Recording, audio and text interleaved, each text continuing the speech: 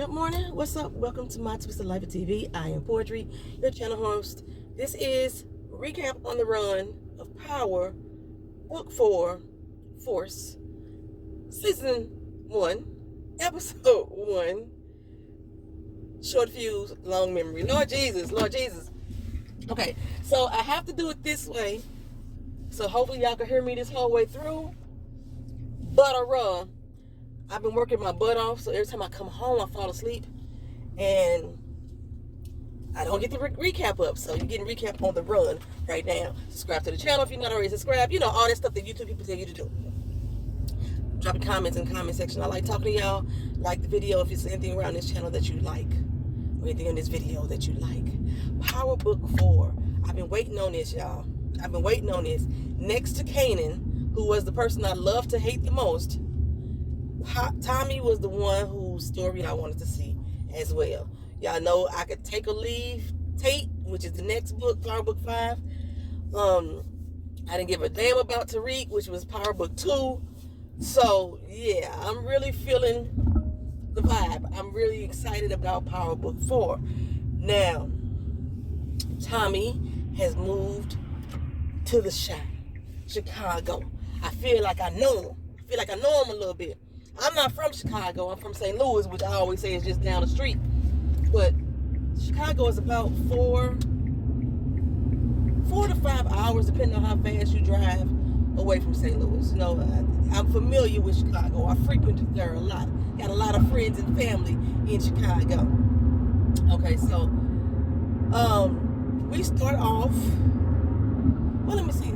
We start off. I'm gonna tell you about the director or the producer or the writer. See, Raising Kanan was written by Sasha Penn, who was from the previous Power episodes, you know, the original Power. So it had a familiarity with his writing style. This time we got, oh my God, I forgot his first name. Is it Peter Munich? Okay, his last name is Munich. Okay, he's the writer of Power Book 4, and this is his first time with the Power franchise. So we finna get to see a whole different vibe of Power coming in.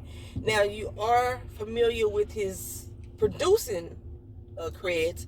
He was the producer or co-producer on Stars. He was also a co-producer on Empire. There's 2 more other like gangster type related, like boss mafioso, you know, type of shows that he's produced on. But as far as writing, this is his first time at least writing for the Power series. So I'm kind of excited. This particular episode, I'm gonna let y'all know off top, I wasn't as impressed. I'm intrigued, but not as impressed as I thought I would be. But it was almost like it was a filler episode mixed in with the season premiere, because they had to really catch us up on a lot of shit for people who are not familiar with what happened.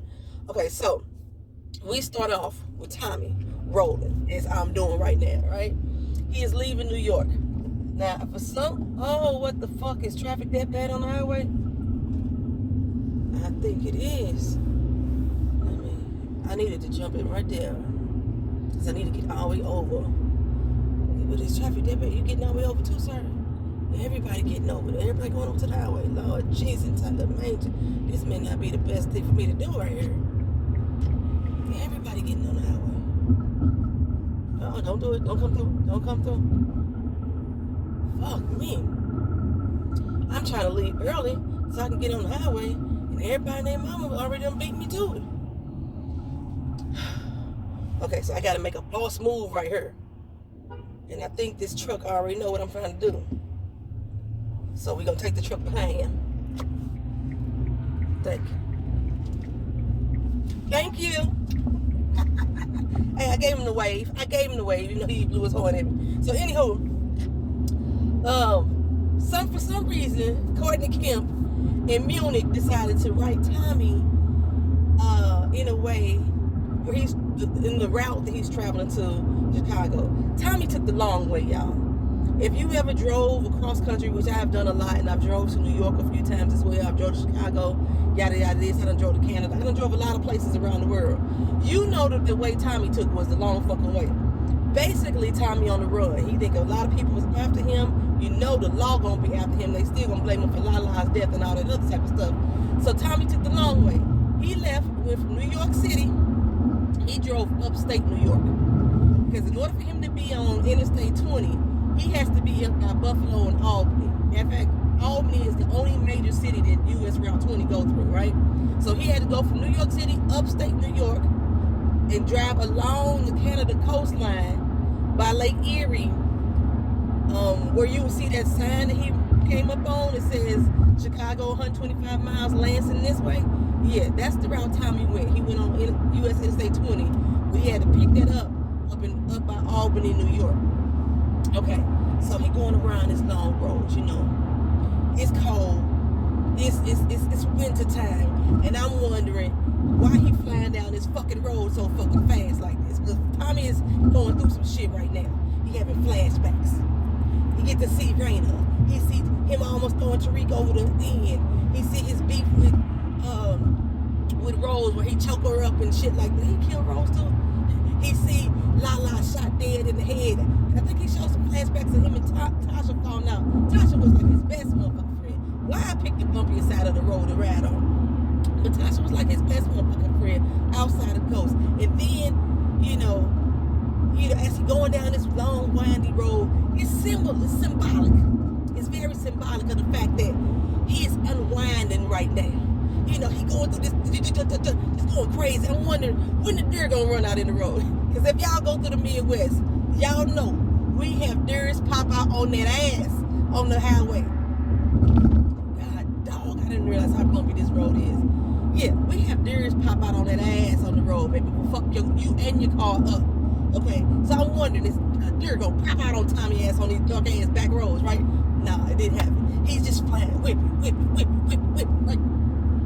And I'm like, okay, black ice. He finna hit some black ice. You ain't finna tell me he finna drive to the fucking Midwest and hit some black ice. Did he? Nope. He ain't do that either. He ain't do that either. But Tommy riding. He just riding. And he hit a dark moment.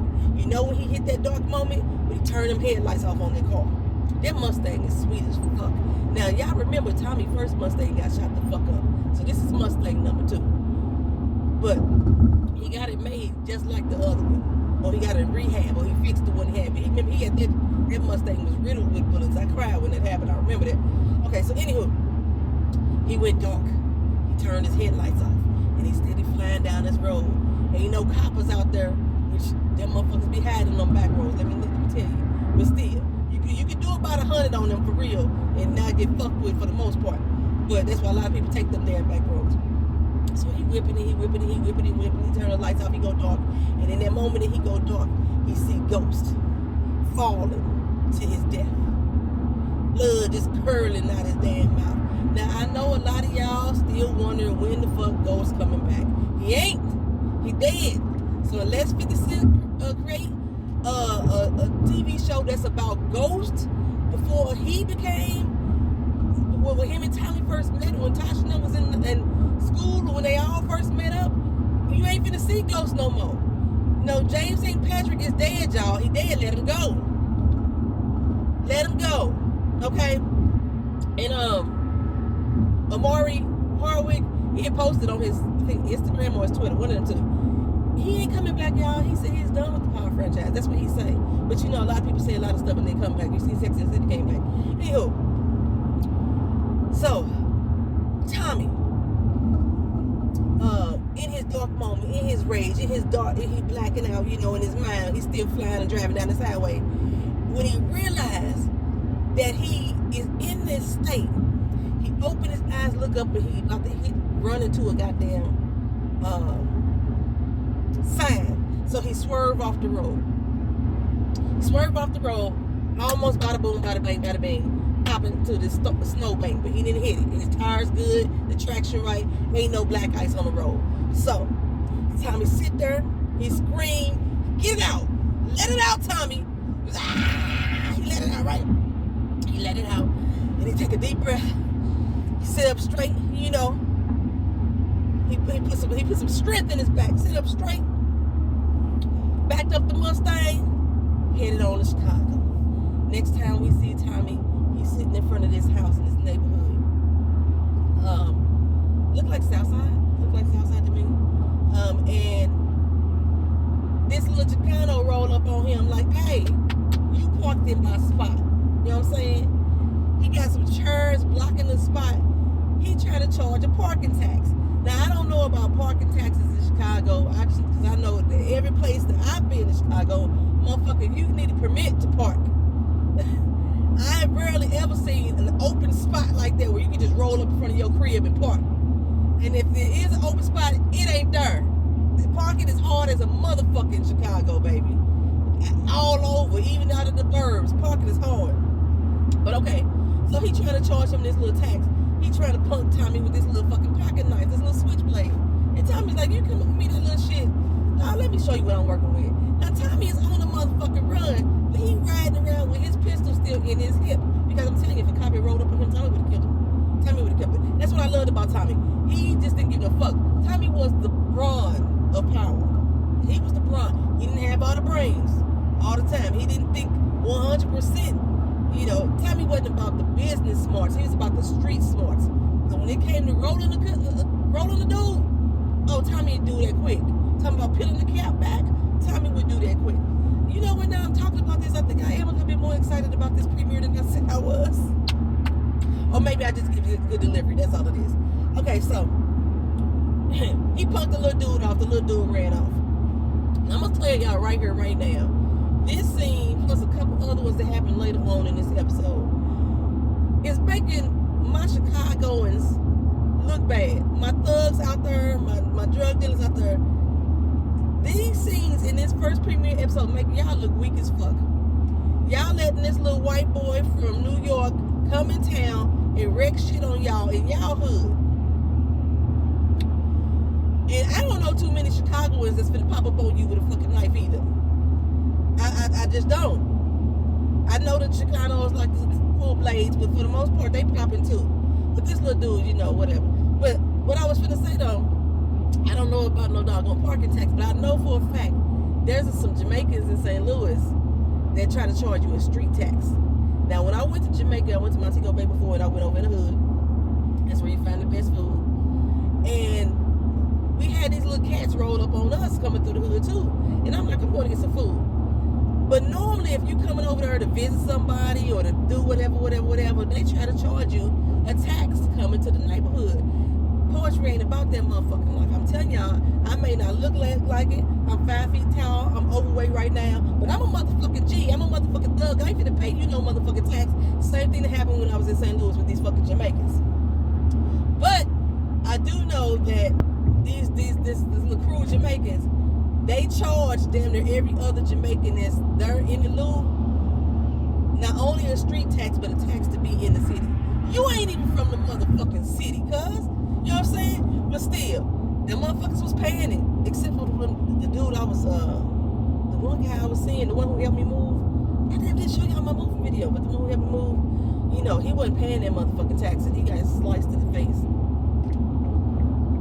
But it was kind of weird because, like, I would go over there and hang out on that set and just be kicking it with them or what have you. And I dare a bitch to ask me for a motherfucking tax. I dare him. But anyway, so Tommy found out from the little dude before he ran him off, that the house he had pulled up in front of, the old lady that used to live there, is gone. Tommy thought she was dead. He was like, where they bury her at? You know what I'm saying?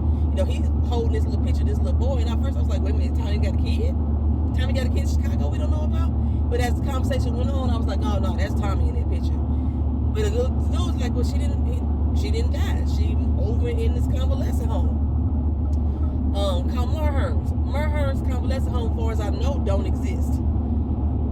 But I do know Merhurst is a popular builder, like a construction company build homes and build and stuff like that. That exists up in Chicago, but I don't think they convalescent home. I don't know what convalescent home that really was, but Merhurst, as far as I know, don't exist. Okay. So Tommy goes over there. I might be going out of order because I'm trying to go off of memory. Tommy goes over there to convalescent home, and he just walks right in. That ain't happening. There's somebody at the desk checking you in because they don't want you stealing old people out of the joint. Somebody's checking your ass in. But anywho, he walks up in there, and nobody acknowledges him. And he's just seeing all these old folks, and they see this lady. They did some good cast as far as like imagery and everything. They see this lady looks a little bit like him. She's out of it. Looks like she may have dementia. And her name is Miriam. And when Tommy rode up there to go see her, he got a little nervous, especially seeing her in the condition, and he backed out and left. Okay. So the next time we see Tommy, he is at this little speakeasy spot, trying to get him a drink, and that's where we meet Gloria. Okay. So little thin weird sister with a lot of hair, big, wide smile. Yeah, Glow. So she's running this bar. She's the bartender of this bar. Tommy go in and get him a little drink. It's 11 o'clock in the morning. She's like, dog, what's up with you? They have a little conversation. You can tell she is clearly into Tommy already. You know what I'm saying? You can tell by the way that he talked that he ain't from around her. But he knew what pepper pot's soup was, and he wanted to get him a bowl because that's what he could smell cooking. But she was like, the kitchen ain't open. You need to come back later today. And she kept pouring him up drinks. I'm like, they gonna smash. I already could tell. They gonna smash. So, then we go to the jail. We see this old dude and this young cat, in the barber chair, and the younger cat name is Diamond. Now, everybody in this jail, to me, y'all, was too clean, too fresh to death, clean, too clean. You know what I'm saying? But Diamond is cutting up the older guy named Marty, cutting his hair, giving his last haircut because Diamond is about to be released. We find out later on Diamond been in jail 15 years. Okay. And Marty is like, you know what? Don't bring your ass back up in here. Now, I already sensed that there's going to be something with Marty that's going to go down. Marty's an old man. He's one of Diamond's closest friends in jail. And Diamond got enemies. He got enemies. One of his closest enemies in jail is Rojas. Rojas means red in Spanish, okay? And the dude, with the little red beard. They usually, dudes with red hair, black dudes with red hair, they call them red, so that's where Rojas come from. But I ain't, come on, get over. I need to get over here because y'all tripping. So, as Diamond, after he finishes cutting Marty's hair, he's going up to go get his shit because it's his last day he's leaving out. Rojas sitting there telling the little two poppies there with him, the Chicanos with him, that they gonna get Diamond ass on the outside. We're gonna let him get out there, get a little comfortable and shit, and then we gonna take him out, okay? And whatever the fuck he did, they finna pay him back for. Now Diamond don't seem like he's somebody that had a lot of beef. He seemed like he's well together, kept his shit on the up and the way in there. He might have had some issues in the beginning, ain't no telling. Because the way he talking, like he finna change his life. Especially because Marty is like, dog, let that shit, whatever you had going on, go on. But being the fact that Marty is still in jail with the Rojas, I got a feeling that they're gonna retaliate on Marty just to make Diamond feel it. You know what I'm feeling? And somehow that's gonna factor in. That's my thought process. Okay, so Diamond getting up out of jail, like I said, he seemed to have been on good behavior type of person because he's cutting her. They allow him to use a doggone straight razor. He gets up out of the spot and the officer checks him out, hands him the set of barber tools. They told him to take that with him. It's a gift from him and from Marty. So he had cool, vibes with the officers in jail as well. At least that one correctional officer. So he had these little fresh young Jays that he had took to jail with him 15 years ago, worth a lot of money right now. And like the correctional officer, the CEO was like, I'll give you a $1.50 for him. And he was like, yeah, damn well they worth more than that. But he gave him to him. Said he didn't need him. He walked up out the jail in the middle of fucking winter with all that sludge on the damn ground, and slush and snow and shit on the ground, and bare fucking white ass socks out the door. Now what if your goddamn brother wasn't out there? Well, his brother was out there waiting on him. His brother's name is Jannard. I learned that later. He looked like Ja Rule. And because he looked like Ja Rule to me, I was wondering, I know I've seen him somewhere else before, but I was wondering if 50 Cent is going to take out all his aggressions he got against Ja Rule on this character in this storyline. Jannard has been handling the streets since his brother's been on lockdown, right?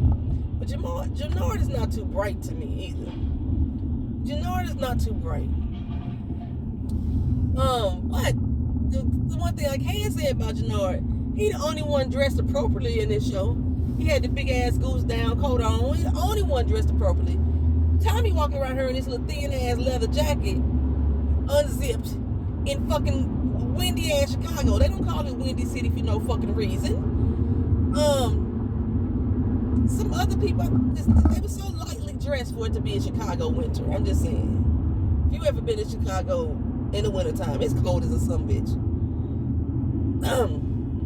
Justin, if you watching this, you let me know. You walking around there with little motherfucking thin ass jackets on in y'all weather? Because I know Justin from Chicago. It's okay. They talk a little bit about the streets and how the game is changing, this and the other, and how things about to go down, yada yada this, yada yada that. Okay, so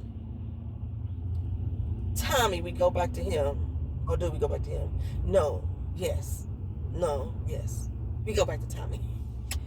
It's late night. Tommy's back at the little speakeasy, and he's smoking a cigarette outside before he goes in. This car roll up on him and tell him he need to move out of his spot. Now the dude sounded Italian to me. His name is Vic. And Tommy's like, who the fuck you talking to? Basically, he was like, you parked in our spot, you need to move. Now, mind you, there was nobody parked behind Tommy, nobody parked in front of Tommy, which, like I said, is very rare in Chicago to find a good park spot like that. But they just wanted Tommy to move out of their spot because they wanted to be directly in front of the door for whatever fucking reason. But, Tommy was going to buck with them, and then they was going to try to buck with him. So the little dude, Simon, he hops his ass out the car, swelling all up on Tommy, talking mad, cowboy shit. And it took Uncle Paulie to get out the car and calm their ass down. Like, hey, you go in there, Vic, and handle your motherfucking business.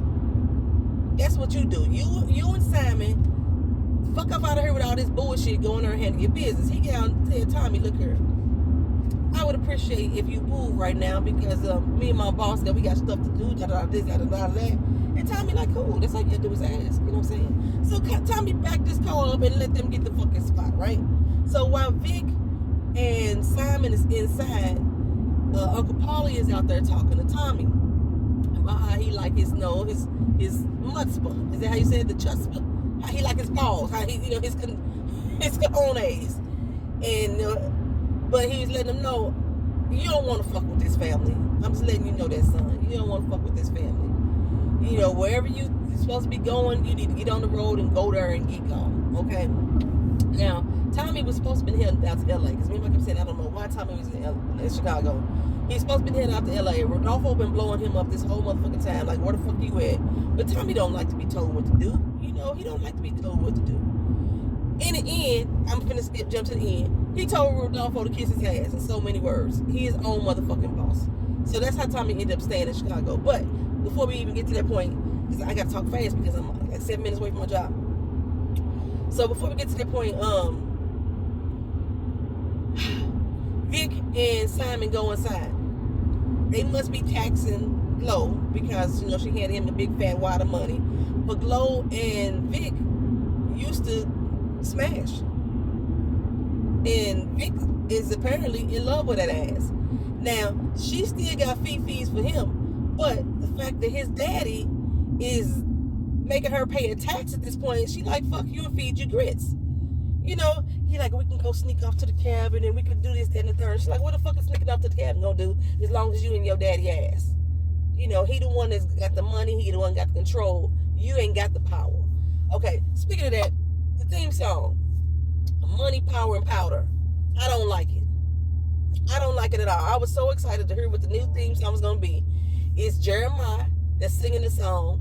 He is super hella fucking auto-tuned. And his open intro to the fucking song is so goddamn long. I almost fast forwarded through it just so I could get the 50 Cent part. Because I wasn't even sure if 50 Cent was going to even rap because it took so fucking long for that part to get there. It's the intro too long. And I can't stand the way Jeremiah singing it. But I know, but the song is Money, Power, and Powder. We opened the show with Vic Mensa playing, and we ended it with Vic Mensa as well. So I do like the fact that they are incorporating Chicago artists into the show itself as far as the music vibe is concerned. Okay, so while we inside, Vic had to bounce. Forgot what the fuck he had to go do. He left Simon there. Simon is in there bothering the ladies. First they be smiling up in their face, and I thought that they was liking his ass too, because they snorting coke and shit like that off the damn counter. And but the one sis with the bad blonde wig, baby, that wig was horrible fucking bull. She, her and Simon got into it, right? Well, Glow decided to go down there and check him. Let him know, you need to take your Rudy Poo ass on somewhere. You ain't nothing but a little runner. Anyway, a little fucking bitch boy. He was a bitch boy that ran errands. That's basically what he was. So, of course, you know, he grabbed up on her arm like that, and Tommy is now inside because he's trying to get his pepper pot soup, and he peeps all this. Now, he don't like Simon already.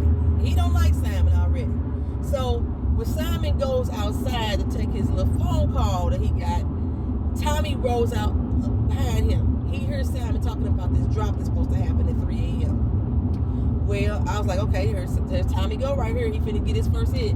He finna take that. He finna take that shit. He either take his money or take his dope. That's what I figured was finna happen. Okay, so he goes out there. When he goes out there and says something to Simon like, hey dog, you know, what's up, whatever. Of course Simon popping shit. And of course you don't want this problem. You don't know who you fucking with. Yada yada this, yada yada that, all that big mouth shit. And Tommy basically whooped his ass. I mean, he beat the cowboy shit up out of him. He the snot up off of him. You know, beat the black up off of him that he didn't even have on him. Tommy whipped his ass. He even put his arm through the handrail and then broke that motherfucking arm. You know what I'm saying? Then took his money and his phone.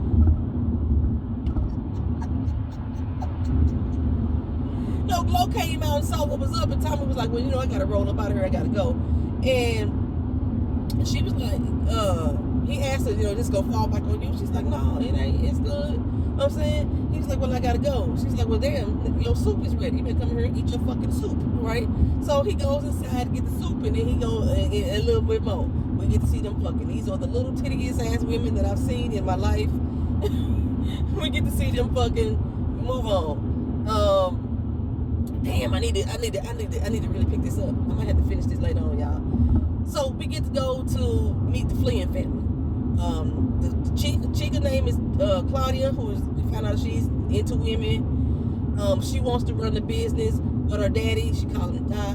I was surprised that she called him Da, because Da is like Russian. But let me tell y'all, I know this is Bruh from Sons of Anarchy, but I'm sorry, he fucking act horribly to me. He's a horrible fucking actor, at least in Power.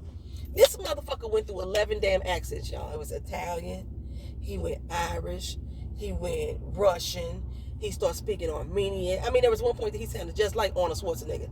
He started speaking Armenian, and then he came back to a very, very, very heavy Scottish accent at the end. I was like, how many motherfucking accents we gonna get in this same damn scene?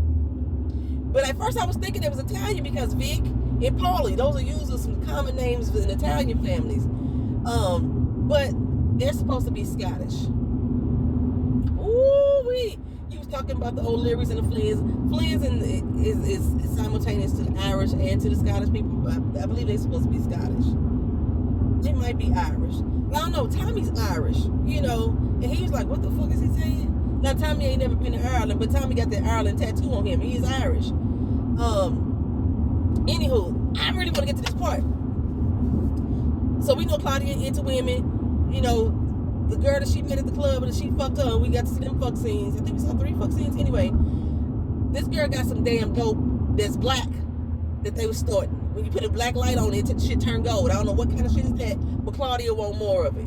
Her brother is Vic, who's out here fucking up shit, ain't doing nothing right. I'm gonna have to finish this in 2 parts. Oh damn! I wanted to give y'all this before I went to work. I'm gonna have to record the second part of this later this afternoon. All right, because I'm almost at work and I don't want to like leave out because there's a whole lot more that's about to go on in this doggone recap and review as far as with the Flynn family, with Jannard, and with Tommy, Jannard, and Vic all meet up. You gotta hear all that shit. So I'm gonna finish this again in the second part. I'll be back. Talk to y'all again later this afternoon. All right, y'all, I'm back. Okay, I got about 20 minutes before I can finish taping the rest of this. Okay, so let me just get back to it. We was talking about the Flynn family. So, okay, there's Claudia, who actually name is Walter Flynn, and Vic, and then Uncle Paulie, and Simon is like the sidekick. Okay, so I think I said this already, but I'm gonna say it again. Claudia wants to run the business. She don't think that her brother Vic is cut out for the game, right? And I got stuff falling. I got packages back there that I gotta, you know, take to the post office. Anywho,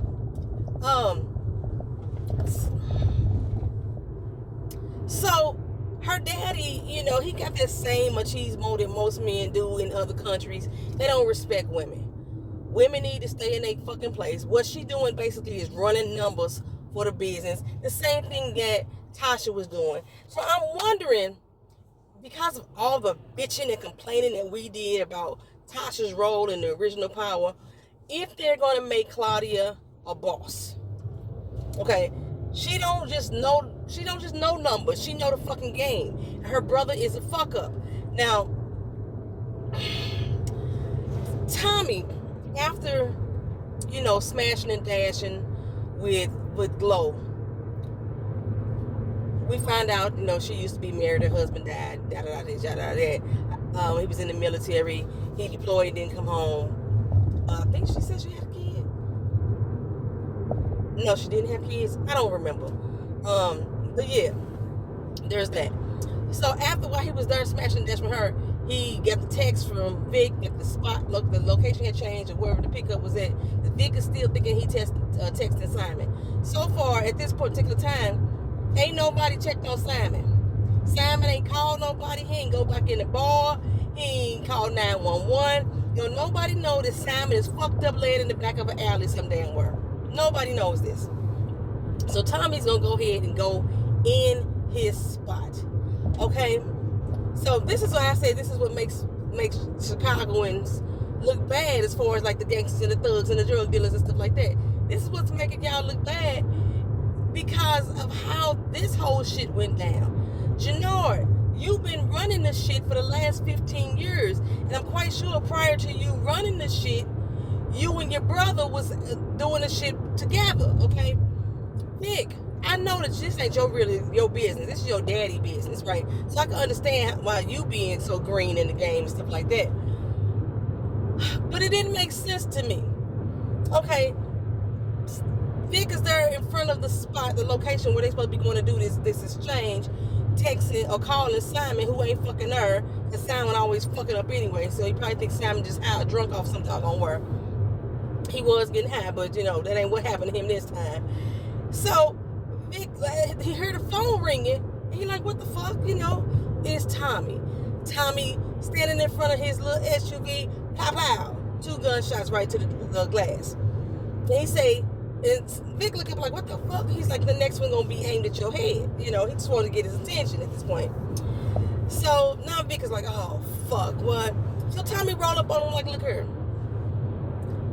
put your gun over, give me your gun like that. You know, he gave him his little gun. He said, I don't know why Vic didn't have more than that one gun, but still, he gave him that one little gun. And he's like, well, look, you're going to take me to meet your connect.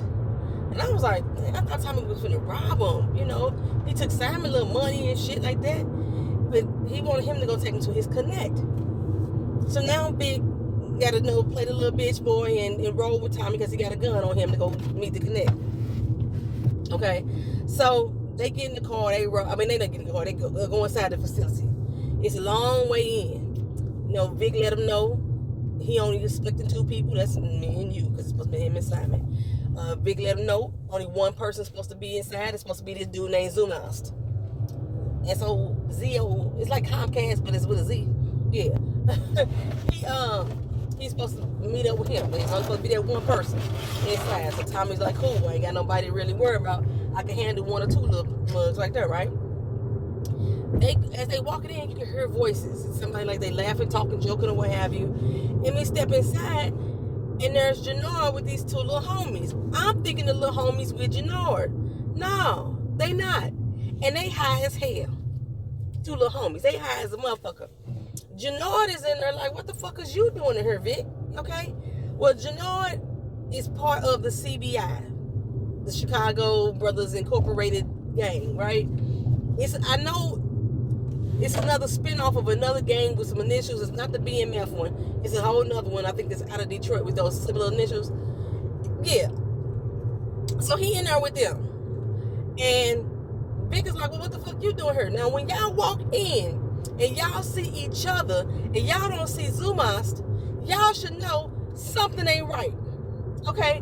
While they arguing back and forth about who there and why, you know, all this, that, and the third, the 2 little naughty heads pull out their guns and like, hey, give me the money. Everybody give me the money. Now, the crazy thing was Jannard had already gave over his money. It was sitting next to the dope. He ain't got no dope in hand, but he done already gave over his money. Come to find out, Vic ain't even bring all his money. He was light. I can't imagine that Walter Flynn was sending him to go do this drug bid with light money. He wasn't. This was something that he was setting up on his own. I hope y'all can see me because I can't see me on the screen. But this was something that he set up on his own. He was trying to make some further connections with the Yardis. Apparently that's who Zomas is, with the Yardis. Now, you know, being around a lot of Caribbean people, Yardis are usually Caribbeans. So I'm like, is these Jamaicans or something like that? But these 2 little cats, these 2 little thunders, they look like they, you know, some little biracial brothers, maybe black and white, maybe black and Mexican, but they don't look like they know Yardis at all. Anywho, you know, but that stereotype and everybody don't look the same. I mean, you know, we got Sean Paul. Anywho, so as they're talking about give up the money, and where you gonna get your money at, this, and the third, one of them, Tommy, realized these motherfuckers ain't never done this before. Y'all green in the game. Y'all scared. So let me talk my shit. So Tommy started talking to them, tell all of them to shut the fuck up, because they was all arguing back and forth to get the money. And that's when Jannard realized, wait a minute, this nigga ain't with Vic. Who the fuck are you, right? So the little shorties, they'll say they all nervous and high and shit. One of them accidentally started shooting because he wasn't planning on it. He accidentally started shooting when he started the little gunfire. So now it's fight, pow. Jannard, gun, jam or run out of bullets or what have you. I don't know what happened, but he said his gun jammed. Vic didn't have no gun because Tommy had took his. So once Tommy realized he had to drop on the little thunders, he steps out with his gun and big gun, placco. The little young blonde shorty shot him like he was Jesus Christ. Shot him in the left shoulder, right shoulder, in the chest, and one to the forehead. Bam, you know, dead. I think he got him in the neck too. He made sure he got him in the neck too. Boy, dead. Then the other one, you know, Tommy talked his shit too. Pow, shot him. And I think what he was gonna say, what Tommy said? Somehow, wait, they got into the argument or discussion about the fact that Vic didn't have all the money. Oh, because Tommy took the dope. He took the dope that was there. And Tommy said, y'all need to pay me or y'all got to give me whatever. Basically, they had to pay Tommy for saving their lives, right? And Vic was like, you didn't have to save my life if I had my gun. So Tommy gave him his gun back. They heard you got one bullet left. What you gonna do with it, son? He wasn't gonna do a damn thing. Now, Genoa already had his gun on Tommy. He just gave you your gun back. Y'all could have fucked Tommy up, but no. Y'all let Tommy punk y'all. Tommy went over there and took the dope and took Genoa's money. And took Vic's money. With one gun. And now you got a gun with at least one bullet in it. Genoa got a gun. We ain't sure if it's gonna jam again, but still you got one. Y'all could have pistol whipped, bitch whipped, anything. Anything y'all could have did. Because the two naughty hands ran out of bullets. They ran out. Y'all could have stepped out and whooped their ass. Y'all didn't need Tommy to kill them. Y'all could have whooped their ass. But they felt like, okay, fine, we got to pay him. Why we got to pay him? Because we don't need Walter Flynn finding out about this. Finding out about this body. Because he going to pin it on the CBI. Then it's going to be problems. I doubt Walter Flynn knew he was even there. I doubt he knew he was even there. and since Zoma's not there, you know, fuck, then nobody's supposed to be dealing with the Yardies anyway. Even Diamond was asking Jannard later, why the fuck you over there fucking with the Yardies anywho? You know, we can already see the tension between the brothers. They got a lot of love.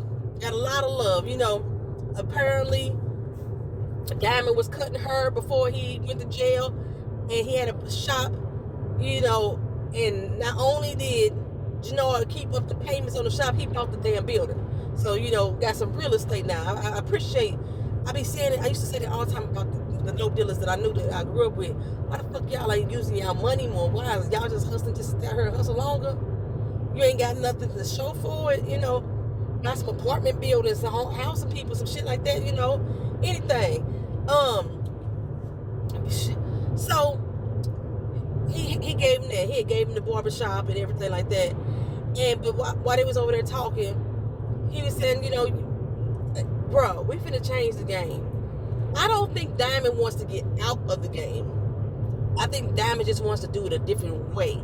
As he said, he doesn't want to kill no more. He don't want to have to kill no more. But I think with the way that your brother gonna pop off, you gonna have to do some killing. You gonna have to come back and do some killing there, Diamond. I'm telling you. So